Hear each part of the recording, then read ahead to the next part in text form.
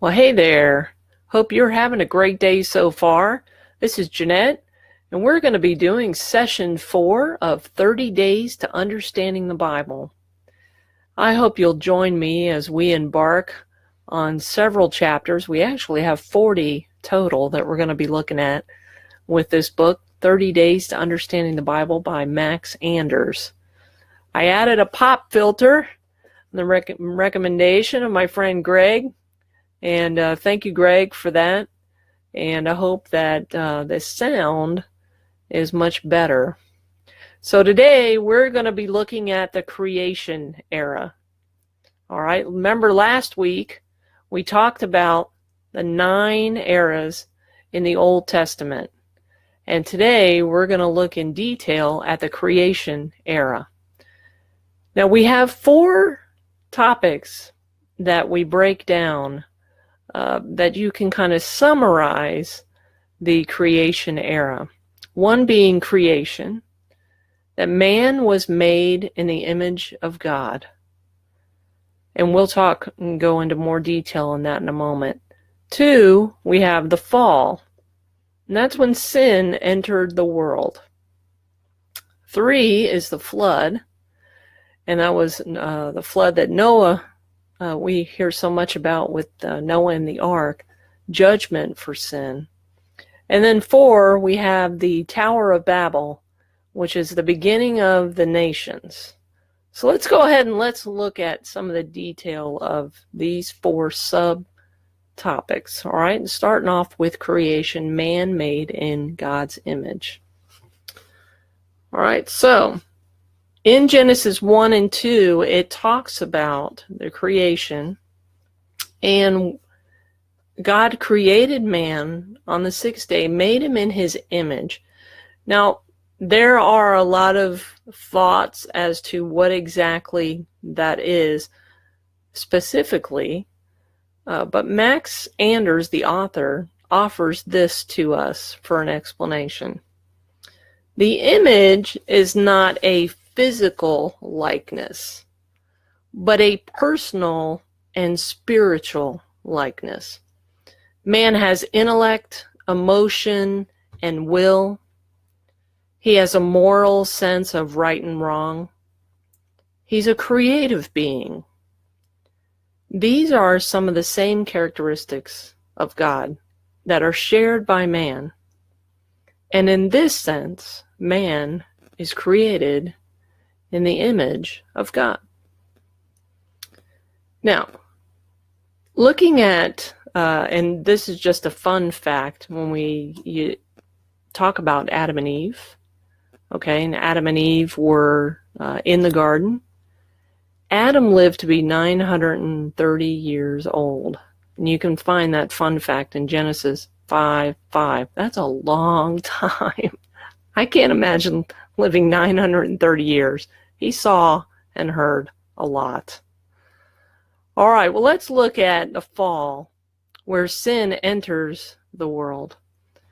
Satan, appearing in the form of a serpent, lures Adam and Eve into rebelling against God and violating the one prohibition that God had given them. That was to not eat of the tree of the knowledge of good and evil. And as a consequence, because they didn't listen, they were driven out of the garden. Many times we hear this story about Adam and Eve, and that Eve took the apple and she took a bite. That the serpent tricked her into eating the apple, and then she gave it to Adam.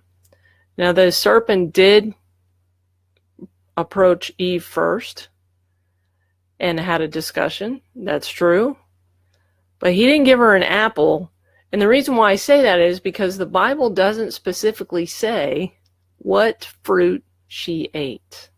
I think oftentimes just for the story, and I think of Snow White and the Seven Dwarfs, where Snow White took a bite of the apple when the evil witch gave her and said, "Here, take this, it'll make you beautiful."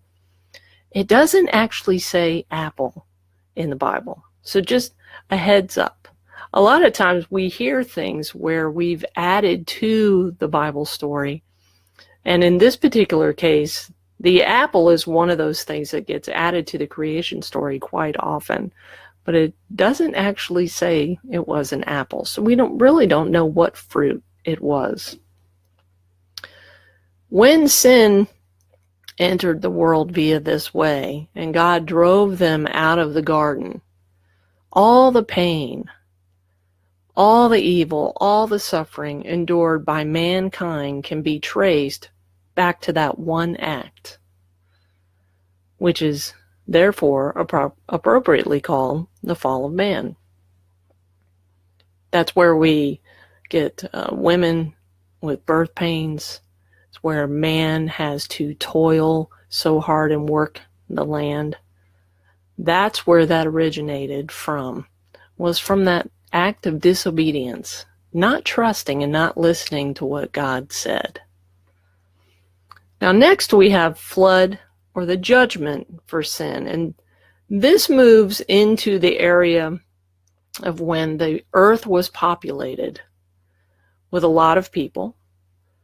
And over the next several hundred years, man had populated, they had multiplied in numbers. And as a result, their sin multiplied as well. And that continues until such a time that God can only find 8 people who are willing to live a righteous life. And that would be Noah and his wife. He had 3 sons, and they had 3 wives. And Noah was approached by God to build the ark. And many people laughed at him. He was 600 years old when he built the ark. And many people laughed at him. What are you building an ark for?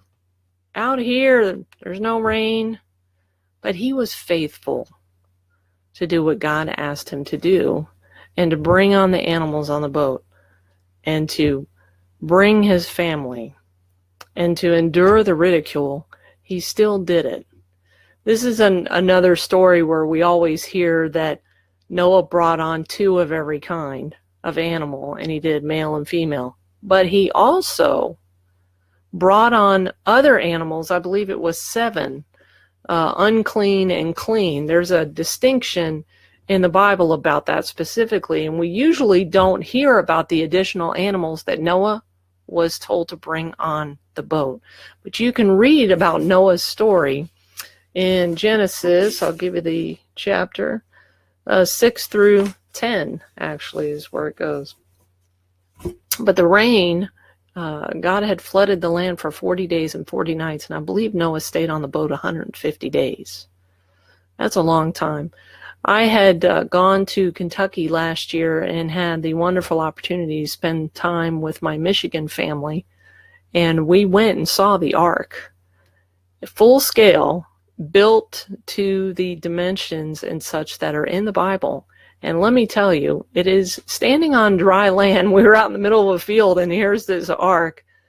And it was like standing next to a cruise ship. You could take the boat out of the water and put it in the middle of a field, and that's what it was like. And we were looking up, going, wow. I think I remember, if I remember correctly, it was like 5 stories high. And when we were in the belly of the ship, because you go inside and see it, it is so cool. If you have an opportunity to go see the ark, you need to. It's in Florence, Kentucky, I believe. What a great thing. They did a great job with making it as realistic as possible. Animal noises, the food, the water supply, they set it up on how they thought they would have fed and watered those animals. And they had a lot of animals. They needed all those supplies for themselves as well. And so Answers by Genesis, who was one of the people that was in charge of that up there in Florence, Kentucky. If you ever get a chance to go up there and see it, it's very reasonable too. I think I paid $40-some. And we spent hours on this boat walking back and forth. Great time. And we also went over same day and saw the Creation Museum, which is fabulous as well. And that was a good time. And we learned a lot from there also. So the flood, and this is one of the things that came from the flood was the rainbow. And that was God's covenant to Noah and his family and to us that he would never flood the earth in totality like that again. Because before it was totality. Okay? And the only people that were alive after the flood were Noah and his family. And that's one of the things at the Creation Museum that you will see is you will see this display. It's like a mountain, a miniature mountain, inside of a big glass case, and it has 8 figurines that are on top of this mountain, bowing down and worshiping the Lord. And there is nobody else. There's nobody else. All right, so if you get a chance to see that. But the rainbow, this is where the rainbow originated from. It's God's covenant. So every time you look up in the sky and you see the rainbow, that is God's covenant to man that he will not flood the earth in totality like that again. You can find the rainbow in Genesis chapter 9, verses 12 through 17, if you want to look it up for yourself. That's where we get the rainbow. That's where it comes from. Next is the Tower of Babel. Babel, like little kids, right? That is the beginning of the nations, and that's in Genesis 11. And God's post-flood mandate to man was to spread out, populate, subdue the whole earth. Well, in direct disobedience to that command, man stays in one place. And he begins building a monument to himself called the Tower of Babel. And God causes this large congregation of people to begin speaking different languages. Well, as a result of their lack of communication, because now they can't understand each other, it prevents them from further progress on their tower. And the people of each tongue disperse to the 4 corners of the earth and form the beginning of nations. And those are as we know them in the world today. Sometimes we wonder, how is it that we have these different languages? And there are so many different languages. I don't even know how many. I've heard it's in the thousands. That we have different languages, and we wonder how those came to be. You can trace some of those back to the Tower of Babel, when God confused the people so that they would not go and worship themselves. They had gotten to a point where they wanted this tower and they wanted to worship themselves, and they thought they were so smart and they're going to do this and they're going to do that. And God's like, no, no, no. I gave you a command to populate the earth, not to glorify yourself. That's not the plan here. And so dispersing them so they can't do that. All right, so there you have the 4 main events of the creation era. Creation, man being made in the image of God, the fall, when sin enters the world, the flood, which would be the judgment for sin, because remember that man, as they populated, the more sin multiplied. And Tower of Babel, the beginning of the nations. Now, for the creation era, as we talked about in our last session, Adam was your main figure. Okay. Eden was the location. All right. And for a summary of the creation era, we have Adam is created by God, but he sins and he destroys God's original plan for man. That's pretty big. That's pretty big. All right.